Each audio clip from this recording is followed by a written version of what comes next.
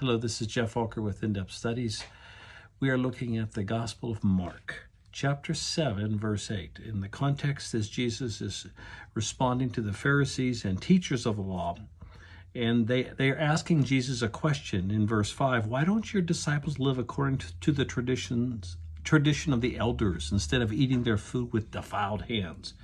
And ultimately, Jesus responds in verse 8. This is the verse we want to look at. You have let go of the commands of God and are holding on to human traditions.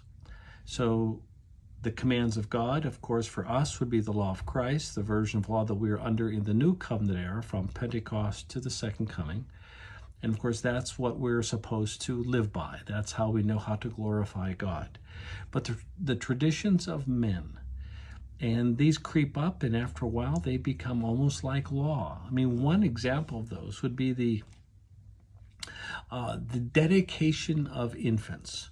And I love kids. We have 4 of them and 13 grandkids, and to commit them to the Lord as a believing parent, we would do that all the time. But as a ceremony, which has no basis in Scripture, there is a ceremony in the Mosaic law requiring sacrifices, but that is very, very different.